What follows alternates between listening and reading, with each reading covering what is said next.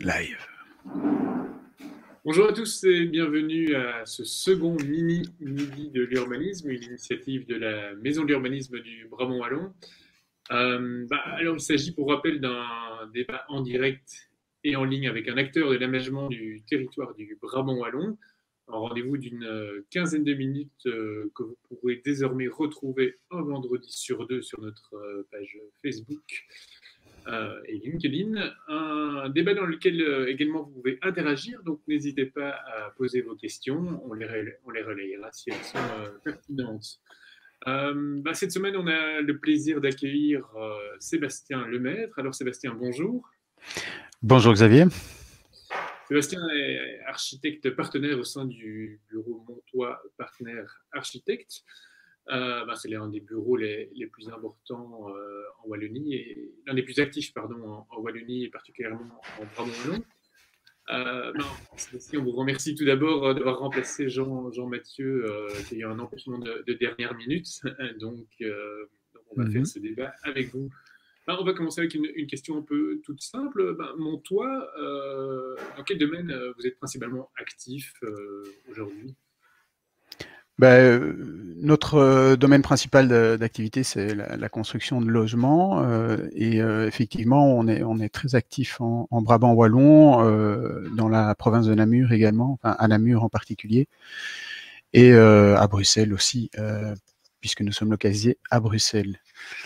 Et on fait des projets de moyenne à grande ampleur, voire très grande ampleur, puisque on planifie des projets jusqu'à 700 logements aujourd'hui dans la région de Ottignies, Braine-l'Alleud, Waterloo, et parfois un petit peu plus loin. Par exemple, on a un projet aussi à Silly de 300 logements, plus des maisons. En général, ce sont quand même des logements multiples, des immeubles de logements. À Louvain-la-Neuve aussi, oui. Et à Louvain-la-Neuve aussi, avec Esprit Courbevoie. Oui. On va parler tout d'abord avec la période actuelle. En quoi cette période, cette pandémie a impacté votre travail d'architecte? Est-ce que ça a influencé vraiment votre manière de travailler? Oui, il y a eu un petit temps d'adaptation tout au début, au mois de mars de l'année passée. On a dû un peu mettre notre outil, adapter notre outil de travail, c'est-à-dire on s'est délocalisé chacun chez soi. Et très vite, en fait, on a retrouvé une manière de travailler assez simple. Et les outils qui sont à disposition aujourd'hui nous permettent de travailler vraiment efficacement, en fait, à distance. Donc, pour nous, en réalité, le gros changement, ça a été peut-être les visites de chantier et l'interaction avec le maître d'ouvrage, les entrepreneurs, les communes.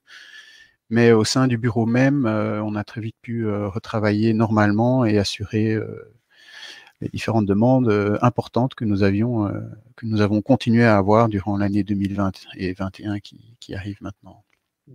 Parce que parmi les grands projets que vous avez, enfin, avec les grands promoteurs que vous travaillez, eux n'ont pas mis un peu leur activité en veilleuse. Je veux dire, votre activité s'est maintenue. Il n'y a pas eu un report des projets, le temps de voir un peu comment ça va se passer. Oui, alors il y a plusieurs phases dans les projets. Donc une fois qu'un projet est lancé, est en phase permis ou en phase construction, c'est un peu différent. Donc tout ce qui est phase permis d'urbanisme a été maintenu pour notre part. On a dû travailler et maintenir les délais, et ça c'était très bien pour nous. Au niveau des projets qui sont en chantier, là ça a été un peu différent puisque les entrepreneurs ont quand même dû un peu arrêter de travailler et reprendre dès qu'ils ont pu. Donc là, il y a eu un petit peu de stand-by, mais c'est quand même assez rapidement revenu plus ou moins à la normale. Alors pour les projets qui sont en développement, là, on a eu une phase un petit peu plus longue de stand-by, mais vers la fin de l'année, ça a quand même bien repris aussi au niveau des recherches de nouveaux projets. Et on espère que ça n'aura pas un trop gros impact, mais s'il y a un impact, ce qu'on pense, c'est que ce sera plus long terme, et là, on est un peu dans l'inconnu aujourd'hui. C'est difficile de savoir ce qu'on va avoir d'ici 2 ou 3 ans comme projet en développement, puisque on est toujours le travail qu'on va avoir dans 2 ans est dépendant des projets qu'on développe aujourd'hui, et ça, c'est quand même un peu l'inconnu aujourd'hui, oui. Et au niveau des procédures, au niveau du travail avec les différents services d'urbanisme, est-ce que là, ça a été, est-ce que vous avez des mois de retard, des semaines de retard dans vos projets ou c'est une continuité Oui, bah, là, de même, je pense que du côté des services urbanisme, ils ont dû aussi un peu s'organiser. Donc ça a un peu handicapé la communication, disons. Mais en gros, bon, moi j'ai été plutôt en contact particulier avec les communes de Waterloo et de Braine-l'Alleud, où ils ont réussi à maintenir un service, disons, normal pour ces communes-là qui, malheureusement, les délais sont très très longs de toute façon. Donc, et puis bon, les dépôts de permis qu'on a eu l'année passée, on ne sait pas très bien dire aujourd'hui l'impact réel que ça va avoir sur le délai de traitement des dossiers. Mais l'interactivité avec les communes a été maintenue un peu différemment, évidemment, mais ça s'est quand même bien passé, quoi, disons, d'une manière On a générale. beaucoup, on a beaucoup parlé ces derniers temps de nouvelles formes d'urbanisme, de nouvelles manières d'aménager le territoire. Vous avez l'impression que la période que nous connaissons va laisser des traces sur la manière d'habiter. Est-ce que ça va influencer la manière dont vous allez concevoir, concevez, pardon, des logements? Mais, en fait, nous travaillons beaucoup pour des promoteurs. On a peu de projets pour des clients privés et le promoteur, il est un peu dans une chaîne d'information où lui, il nous demande de concevoir des produits dans l'état de ses connaissances actuelles. Aujourd'hui, les demandes, si elles sont différentes, et on pense vraiment qu'il y a une demande différente de la part des maîtres, enfin des habitants, des gens qui cherchent un logement, ils sont demandeurs de quelque chose de différent. On le voit au niveau des statistiques d'achat des maisons et des biens en général, où on demande plus d'espace vert et plus d'accès direct à un jardin, à des espaces communs de loisirs. Mais nous, aujourd'hui, on ne le ressent pas encore, puisque le délai pour répercuter cette demande à notre niveau est quand même assez long, puisqu'on passe par un promoteur, par un vendeur de biens, et puis seulement nous recevons l'information, quoi. Mais vous, personnellement, vous voyez les choses comment dans vos davantage actifs sur le Oui. département? Quelle est un peu, si on anticipe un peu la manière quand vous rencontrez un promoteur dans les prochaines semaines, les prochains mois, lui dire voilà, la demande va évoluer comme ça. Comment vous voyez un peu les choses à ce niveau-là? Je crois qu'effectivement, il y a une évolution de mentalité qui, disons, est peut-être accélérée par le Covid. L'évolution de mentalité, elle est quand même présente déjà depuis plusieurs années dans les communes où il y a une demande de la part de communes et du coup aussi de la part des acheteurs, et donc le promoteur évolue dans sa réflexion vers un espace vert de qualité, des abords réfléchis de manière plus approfondie pour offrir un espace accueillant pour les habitants et qui est utile aussi. C'est pas simplement un espace vert décoratif, c'est un espace vert qui est utilisable avec. On parle beaucoup de potager partagé. On parle même parfois on intègre des espaces où on peut avoir des animaux et puis des espaces de jeux communs, des espaces de partage. Enfin, vraiment beaucoup de réflexion par rapport à ça. On intègre la mobilité douce dans ces espaces. Il y a une communication entre différents quartiers. Enfin, je crois qu'il y a vraiment une réflexion importante qui est faite à ce niveau-là et qui n'est pas simplement due au Covid, mais qui est vraiment dans l'air du temps, quoi. Mais Oui. justement, donc vous êtes actif sur des projets quand même d'envergure dans ce nouveau quartier. Samaya, Otigny, c'est 600, 700 logements. Oui. Le Terra Nostra aussi, c'est quelques centaines de logements. 450, oui.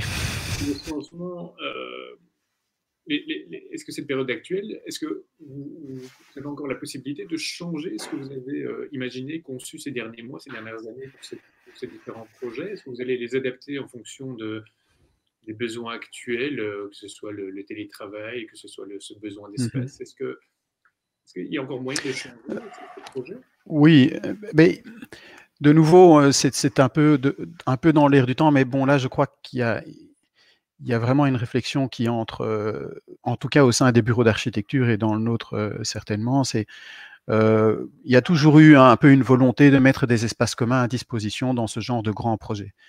Et ces aménagements tombent souvent à l'eau parce que la demande n'est pas suffisante pour le justifier au niveau de l'investissement. Mais aujourd'hui, on pense vraiment pouvoir mettre ça en place. Peut-être au niveau des appartements eux-mêmes, on va avoir un espace bureau qui va peut-être être mieux étudié ou dans une plus grande proportion dans les appartements. Et peut-être avec des systèmes de cloisonnement amovibles ou quoi qui permettent une polyvalence plus importante au sein des unités de logement. Et puis avoir des espaces communs utiles dans un grand projet. On a déjà, effectivement, on prévoit des salles communes en général qui sont des salles polyvalentes qui peuvent être utilisées par les habitants et dans plusieurs buts. On pourrait imaginer des espaces qui soient utilisés pour des fonctions de conférences, de bureaux, de télétravail.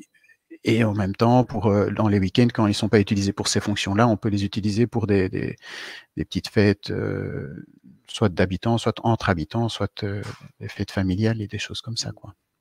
Bah, on l'a dit, vous travaillez à Bruxelles, un peu partout en Wallonie, en Brabant wallon. Est-ce que quand vous travaillez en Brabant wallon, quand vous aménagez, vous concevez des quartiers ou des immeubles d'appartements, est-ce qu'il y a des spécificités particulières, entre guillemets, pour le Brabant wallon? Est-ce que les appartements doivent être beaucoup plus grands ou des choses au hasard Ouais.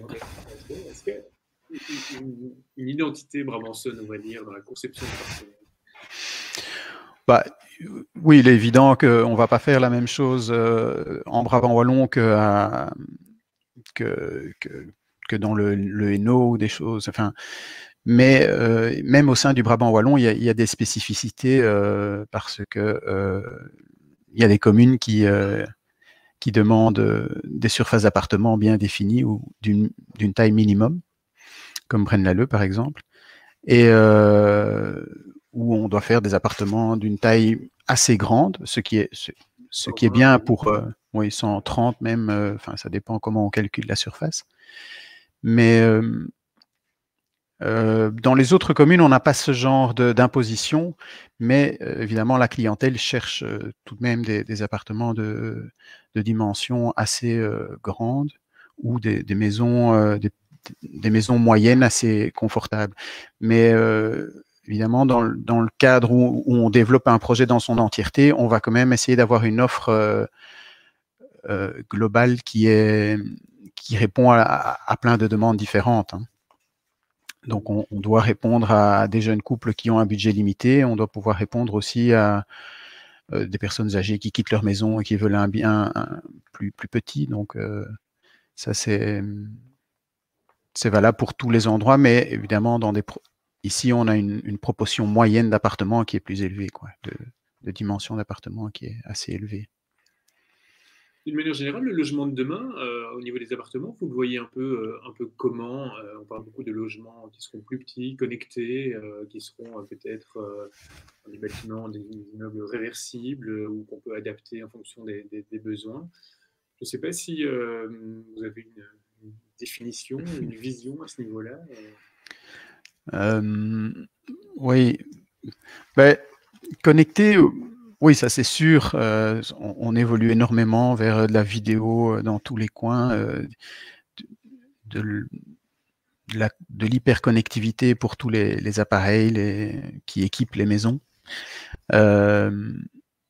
Mais enfin, je ne sais pas encore très bien dire dans quelle mesure ça impacte dans la conception de l'espace ou de l'architecture proprement dite, parce que ce sont tous des systèmes que l'on peut greffer sur une maison ou un logement quel qu'il soit. Je ne pense pas que ça influence énormément l'architecture en tant que telle. C'est plus, je pense, la réflexion globale sur la qualité de la vie qui impacte aujourd'hui sur le logement. Donc, de réfléchir un peu comment on agence son logement et quel est le rapport à l'extérieur, quel est le rapport au voisinage. Je pense que là, il y a plus un impact sur l'architecture, quoi. Juste une dernière chose, hein, quand on voit un peu tous les projets de nouveaux quartiers en Wallonie, que ce soit en Brabant wallon, à Namur, à Jambourg, à Liège, on a l'impression qu'il y en a quand même beaucoup qui se ressemblent, hein, avec Oui. ces volumes qui se ressemblent, ce crépi blanc. Est-ce que, comment on peut expliquer comme ça qu'il y a une certaine uniformité? Est-ce qu'il faut la regretter ou je ne sais pas si c'est une certaine crainte des promoteurs d'aller dans quelque chose de plus particulier? Je ne sais pas si vous avez une explication sur cette standardisation, entre guillemets, de la promotion dans ces grands projets. Est-ce que j'ai une explication? En tout cas, il est clair qu'on est en Belgique et qu'on est dans un pays de compromis et un projet d'architecture de promotion immobilière, c'est un projet qui doit effectivement être un compromis entre les volontés de beaucoup d'acteurs. Donc, on est influencé dans l'architecture que l'on produit par énormément de facteurs. Il y a évidemment les volontés, les desiderata des communes, des promoteurs, du facteur économique qui rentre énormément en compte aussi dans la conception d'un projet tel que des promotions immobilières. Et tous ces facteurs finissent effectivement par une homogénéisation de l'architecture. Il faut plaire aux acheteurs aussi, hein, et ça c'est quand même le but principal de la conception, c'est d'essayer de faire un produit qui soit qui réponde aux attentes du maximum de personnes, quoi. Et ça, les goûts et couleurs des gens qui habitent en Brabant wallon donc dictent un petit peu cet état, quoi. Alors, quand on arrive avec un projet plus moderne ou plus contemporain,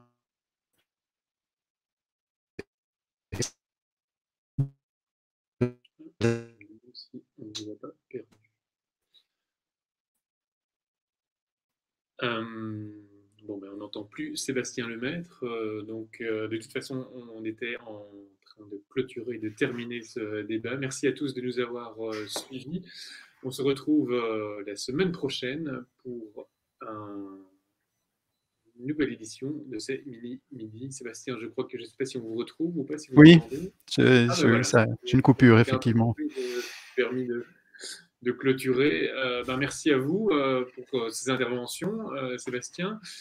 Et donc, je Merci à disais vous. qu'on se retrouverait d'ici 2 semaines pour un nouveau mini-midi. D'ici là, n'hésitez pas à aller sur notre page Facebook ou notre site internet mubw.be pour suivre toutes nos activités. À très bientôt et merci.